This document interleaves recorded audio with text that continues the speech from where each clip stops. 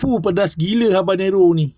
Guys, dekat Bandar Satelit Sebang, Alur Gajah Melaka ni, sebelah Eco Shop je. Yang ini kau kena try. Albite Burger. Pernah try tak? Jom. Produk orang kita mestilah nak kena support. Aku tahu, ramai dah tahu kan, Albite. Okey, hari ni kita order cheese crispy chicken double. Lepas tu big bite double habanero ni yang pedas ni. Dah siap tapau, jom kita balik, aku tunjukkan korang. Okey guys, ini fries dia, kau boleh add on. Kalau kau beli burger tu, kau boleh order sekali lah. Produk orang kita, tengok flavor dia lain macam tau. Kita cerita pasal crispy cheese double ni. Jom. Kalau nak tahu, inilah burger new item dia. Portion dia besar, tebal, 15-90% double. Dengan daging ayam crispy lembut dekat dalam.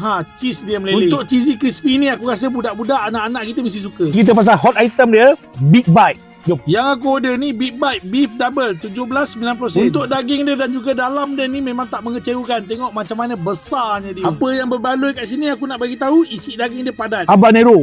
Dia kata pedas. Dia test. Yang ini aku ambil beef double 17-90%. Buka je pembungkus tu, bau pun dah pedas.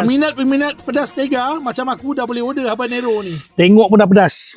Apa lagi makan? Jom, habanero double. Memang tak heran lah kalau orang kata dekat Albite tu orang beratur nak beli burger dia. Kena habanero berpeluh segmen bang. Okey gang, confirm aku repeat lagi. Kalau kau nak datang Albite sebelah Eco Shop dekat Bandar Satelit Sebang.